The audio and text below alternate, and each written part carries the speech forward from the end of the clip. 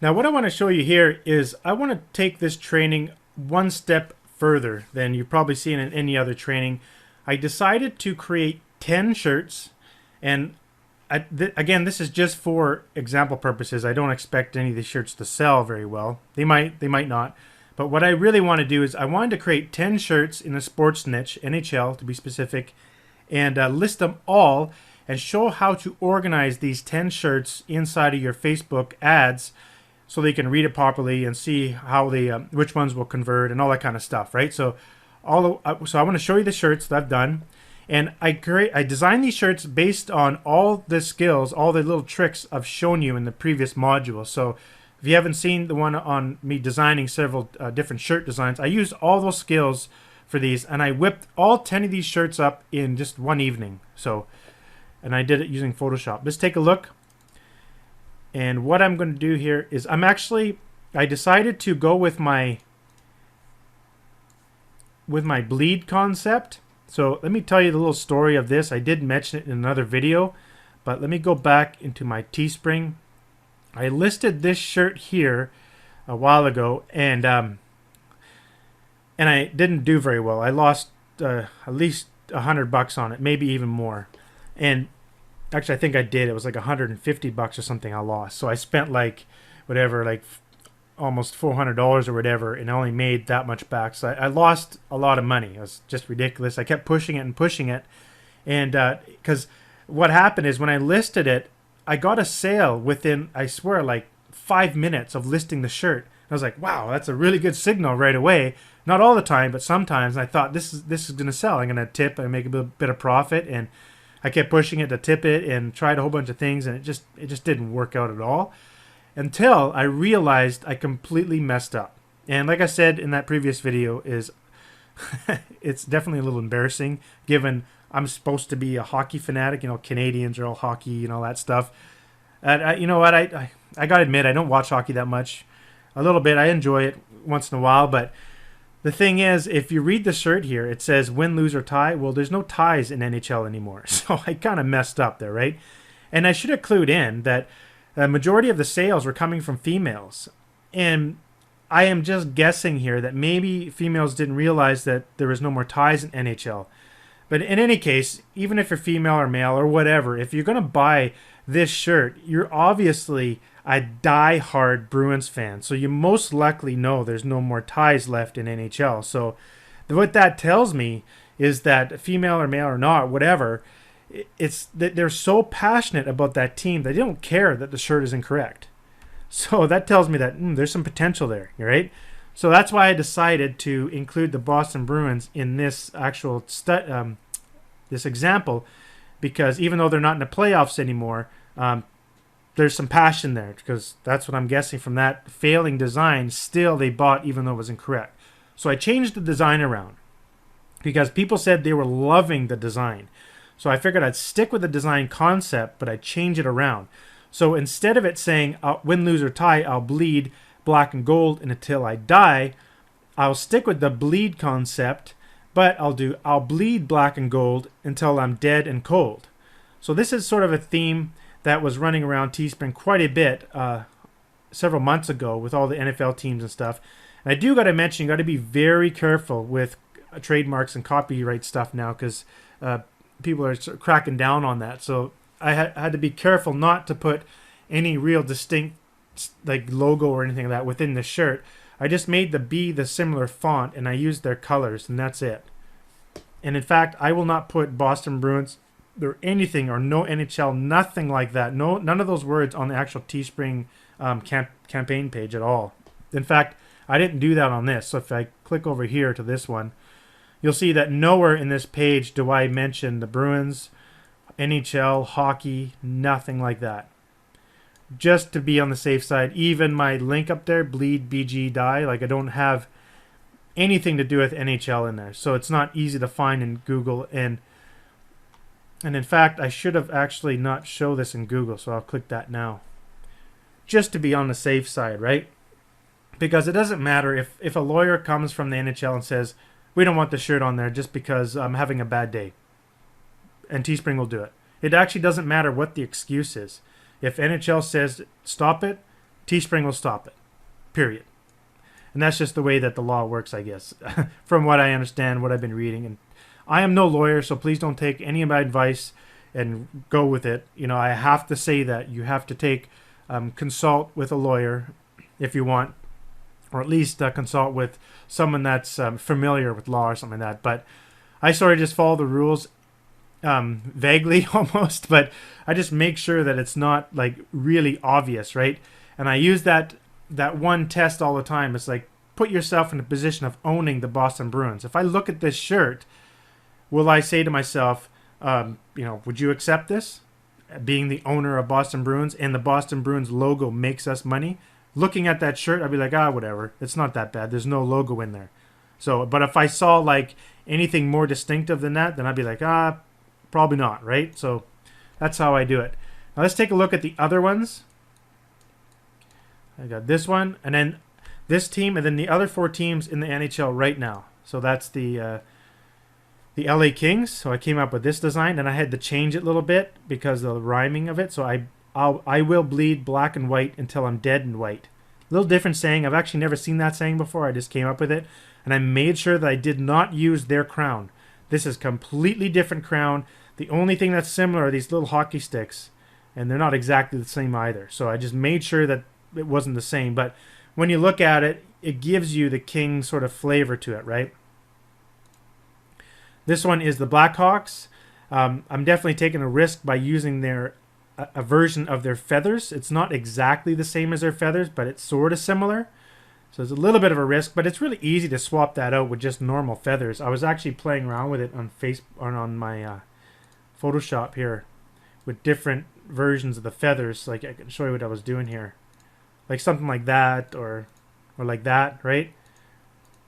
But I'll just leave it like that for now for this example.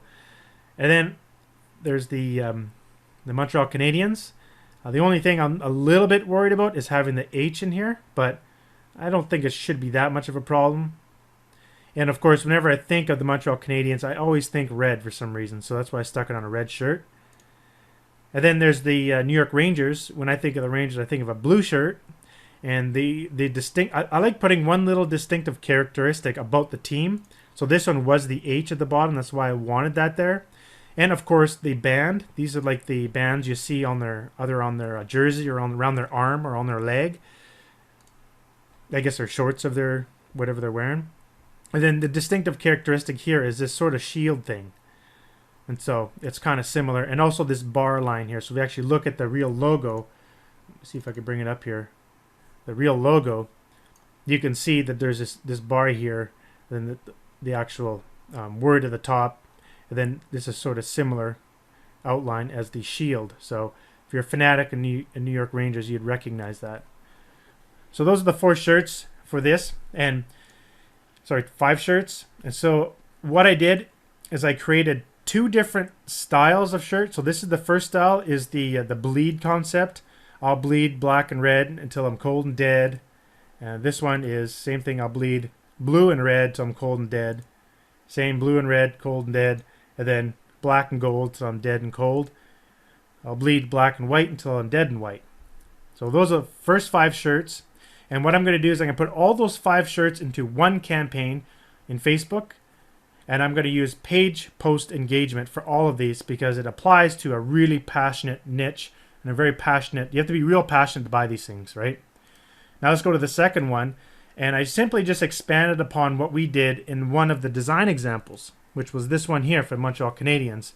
Just one more before I die. Same with this is the New York Rangers. So I used their color band there, and I actually embedded the shield in the E. So this one here is the Blackhawks again. I used the band and also to put the feathers in the O there. And this is the Boston Bruins. I used the similar font as they have for the B of the Boston Bruins. And then the colors. And then the Kings, I used the crown, and then they have the silver. It's actually aluminum is the official color. In white and silver again, a band on their arm, or I think on the jersey. I think it's on their arm, I can't remember. But those are the 10 shirts that I want to list. Oops, I don't want to delete that. So what I want to do first is list all 10 of those campaigns within Teespring. And I'm going to use just pretty much the exact same copy that I did for this one here. It'll be nearly identical to this. So I'm just going to put the name of the shirt at the top, just what it says on it, and just I'm going to put this exact content on each of them, except all I'm going to do is just change this and then change the ending date, the expiring date, and that's it. That's all I'm going to do for all of them. So, and what I'll probably do is just show you maybe one or two of me listing it, just because there's no point in me showing you all 10 of them. Okay, let's get started. So what I'm going to do is I'm going to list the first one.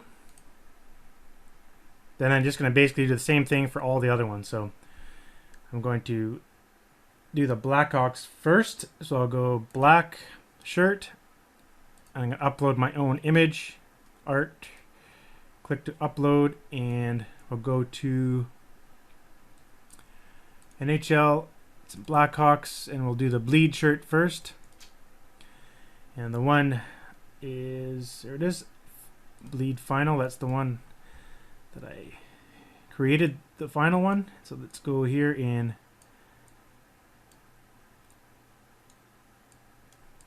make it nice and big so they can really see it. That looks good. Maybe.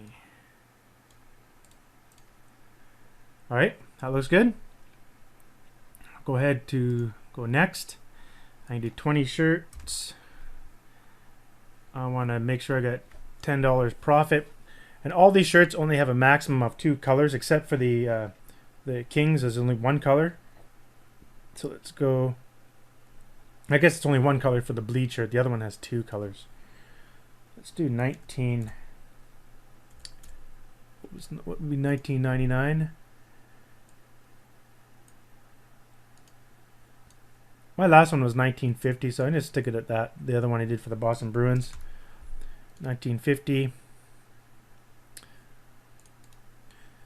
In fact, I just went into my analytics here for my that shirt, the first Boston Bruin one I did. You see most of the shirts that sold were just the tee, and then a few women's there. So, and I did it at 1950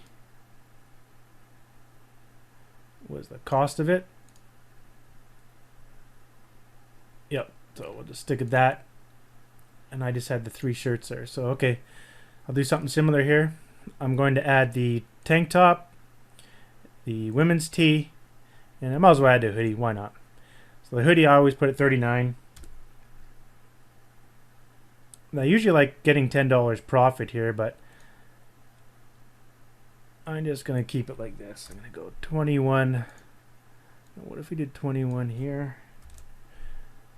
That'll bring me up to $11. So, but let's just stick at 19. So one thing I like doing is you make 1950. The cheapest one is the front shirt, and then you have all the other ones. You notice are a little bit more expensive. What that does, it sort of forces the consumer to make a decision just to buy the front one, because they'll go and hit that drop down here, and I'll be like, oh, this one's $21. This one's $21. I'll just get this one. So it forces them to sort of take action on this one. Now, I haven't proven that. That's just a theory. But it seems to work most of the time. I notice no matter what, the front shirt always gets the most sales, period. It's always the way it is. So if you do that, it just enforces it just a little bit more. So let's stick with that. So I got 20 shirts. And we got our prices set. Let's go next. And we'll set the title. I'll bleed black and red until I'm cold and dead. So I can't get that in there. Let's try till. Nope. Remove that first word. You can only put maximum 40 characters, so that's good. Bleed black and red till I'm cold and dead. And then let's put this information in here. Now what I want to do is use my T inspector. So remember the data bank tool. I have all my all my code or stuff I saved in here, so I can quickly see that one of my descriptions, I click here, and I'm just going to use this default description. And I have a few other things here I can drop in if I want to. There's even some Facebook content here. But this is just sort of like a content data bank thing where you can just keep things so you don't have to keep typing it out. So the way that I've designed this is that if you click on this, it shows you the data down there, and you'll see the label here, and this is the content of that corresponding label. But if I just double click on this like that, it actually just copied it to my clipboard. So now I can go here and paste. And then all I do is just I'll add the ending date, so I'll do it June 3rd. Ending June 3rd. And put the T name here. I'll bleed black and red until I'm cold and dead. So we'll just go ahead and bold that stuff at the top. I'll bold this. And I like bolding the click buy it now and then or reserve it now. I'm not sure if they're still using the buy it now on the buttons. You can see this one says buy it now. Sometimes it says reserve it now, so we'll put that there. And we need to make a name. And what I do is, in this particular case, I don't want any keywords at all in the name of the actual URL. So I'll just do like let's say bleed red black to the cold and dead and give it number 1. I can do something like that. You know what? It doesn't even matter. You can just put a random. Sometimes I just put a whole random number in there, and that's it. You know, then it won't even be searchable at all. So you know what? That's all I'm going to do. I'm just going to put a random number in there. So it doesn't really matter because I don't even want it to be searched on Google anyways. I'm just going to use Facebook. So we could just do a plain number like that. And I'll keep it away from prying eyes too for people that want to spy on my accounts and things like that. Obviously, it really makes no difference because, well, I'm recording this for my training course. So obviously, a lot of people are going to see it anyways. But I just want to show you that you have that option of completely hiding it by just putting a random number there. Okay, so the last thing I do want to do at this point, I want to put in my tracking pixel. I talked about that in a previous video. I love putting bit.ly tracking pixels within the content of my description so that I can track real time who is coming to my page by going to bit.ly and just seeing the traffic like this here. This was for our other one there. You can see it real time what's going on. So you can see it actually totally stopped traffic there, has completely stopped there since I turned off the ad. So it's all in real time. And to do that, I'm going to use T-Inspector because it is so much easier to do it with T-Inspector than do it manually. And so all you got to do in T-Inspector is I'll just close my data bank and just bring up the trackers. And you do have to define an FTP profile and your bit.ly access token. I show that in the help videos inside of T-Inspector. And to get to the help videos, just click the help button right at the top bar right there. But let's go ahead. And all you have to do is I'll just enter in whatever name I had here. So I could just take that, right click in whoops. Actually, you know what? I'm going to get some sort of description because then when I log into my bit.ly, I'll know what link this is for. So let's just do bleed, then Blackhawks. So Blackhawks. Yeah, but just go bleed Blackhawks. And I'll do a dash. How about that? Ah, no dash. Good enough. Bleed Blackhawks. Let's copy that. Come over here and put that in the bit.ly label. And all you have to do is create this button, or click this button. Oh, looks like I changed my FTP profile thing, so I got to go change it. 1 second. I simply, when I changed my password, I forgot to update the actual my profile, so I had to hit update here. So now that it's updated, click close. Now it's going to work. There we go. Good to go. Now we take our link here, copy it.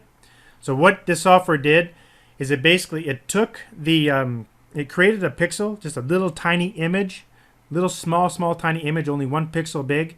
The software created that and then uploaded it to my server, and then it created a bit.ly link. And so this link points to an image. It points to a tiny little image located on my server. And I'm going to take that tiny little image and I'm going to embed it in here, my description, as an image. And I'm going to use the bit.ly link. And so what does that do?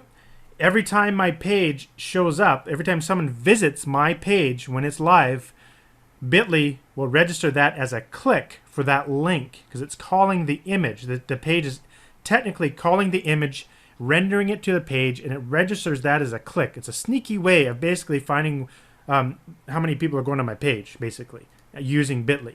So if I go to bit.ly and if I look at my links and refresh, you'll see there's my link. I've had 1 click so far, and that 1 click is because I've entered it into this description. So now I'm all good to go, and I'm going to do this exact same thing for all 10 other shirts. Sorry, I guess there's 9 other shirts. And so there's 5 shirts there's 2 designs, and each design has 5 NHL teams associated with that design. So there's 10 shirts total. So I'm going to go ahead and list all 9 other shirts exactly in this same manner. So first, let's go ahead and launch this campaign here.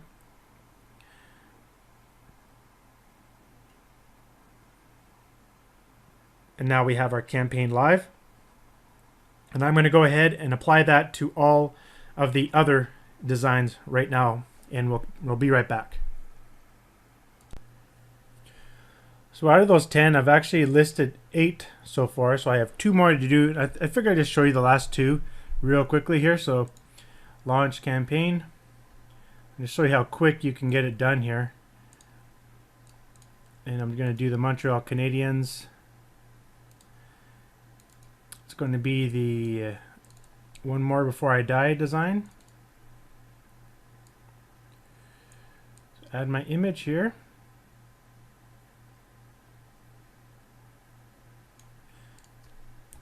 That looked good. 20 shirts, same as I did before. Women's tee, tank and hoodie. 1950, 2150, 2150, 3950.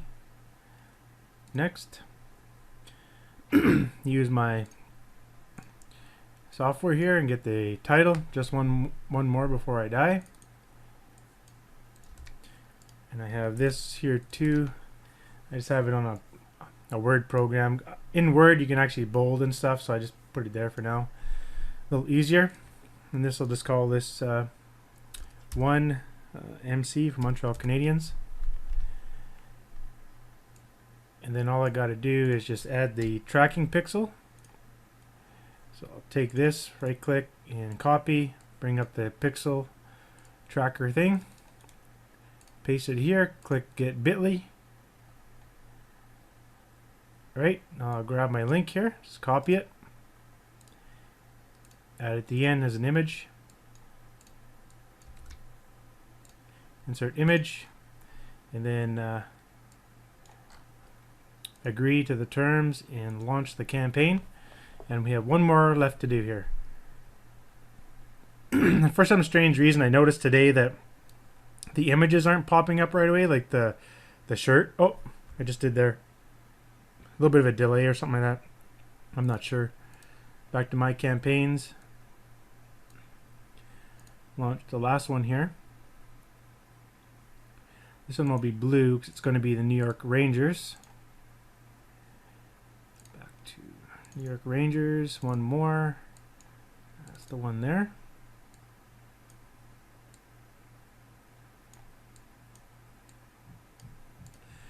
Now there's one thing I want to check here while I'm looking at that. I want to see Pepsi. Just want to make sure I'm not stealing the logo. For some reason, it just reminded me of Pepsi, so that's why I just want to look quickly here. More images. Yeah, we should be okay. That was the one I was thinking about right there, but it's a little wavy. And plus it's red on top, blue on bottom, and this is different. Okay.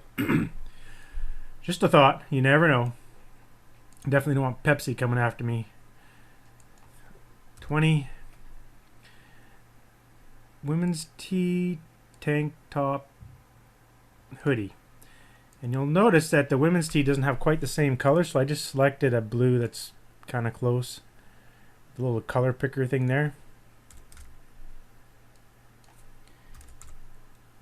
50, 21, 50, 39, 50. Next.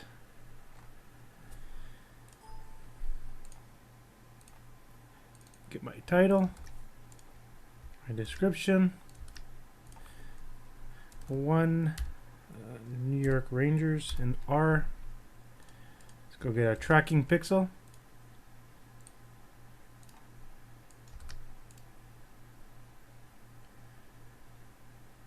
Okay, copy that. Let's add it in here. And list.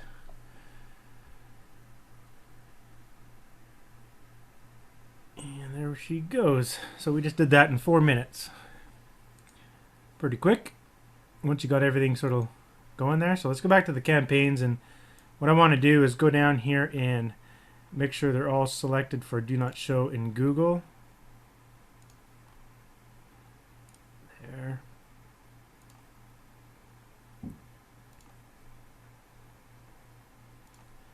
Make sure I get them all there. Oh, wait. And also I'm just going to go ahead and cancel this one here, the keep calm, drop your gear. So I want to show you how to do that. You should just click end early and click the button there. Yes, end early. And also this one here, I'm not running ads to it anymore, so I'm going to just go end early as well. But I will get paid from that one. So I'll just end that one as well. So now I got 10 active campaigns. And what I'm going to do for each one of these campaigns is I'm going to go in. Yeah, you see that some images are not coming up here. It takes a bit, I don't know, some sort of delay. I'm going to take all these campaigns, all 10 campaigns. I'm going to go to advanced for each and every one of them, and I'm going to add a conversion pixel from Facebook. So I'm going to go create 10 of them and add them individually for each one. In addition, I'm also going to do a retargeting campaign for each of them, so that just in case one of these does break out to be a good one, a good campaign, then I can retarget those leads again to try to get more sales. So I might as well do it right from the beginning. So I'm going to go ahead and do that. I've already shown how to do that in a previous module for that other campaign, so there's no point in me showing that all over again for 10 more campaigns. So I'm just going to go through and grab the conversion pixels from Facebook, just like I showed in the other video, and also the retargeting, set up the retargeting audiences, and add the audience pixels, audience thing in here as well. So this one already has an audience defined in it. Interesting. I'll have to change that. Anyhow, I'm definitely going to put conversions for all of them. This is a little bit confusing. I thought there's custom audiences for each one. It seems like they added a custom audience to all my... Let's check. Let's go down to say this one here. That's really weird. They stuck the custom audience in all of them. That's not what I want. So what I'm going to have to do is come in here and delete all of these and save them, because I don't want a custom audience for all of my campaigns. I want individual custom audiences for one design, because obviously I don't want to retarget like Montreal Canadian fans to Boston Bruins or something like that. You know, like there might a lot of backlash there. I'll basically be spending money for nothing because they won't buy it, right? I'm not going to send, the Boston Bruins shirt to the Canadiens fans, because they obviously probably wouldn't buy it. So, all right, so I'm going to do that, pause the video, and get all those done.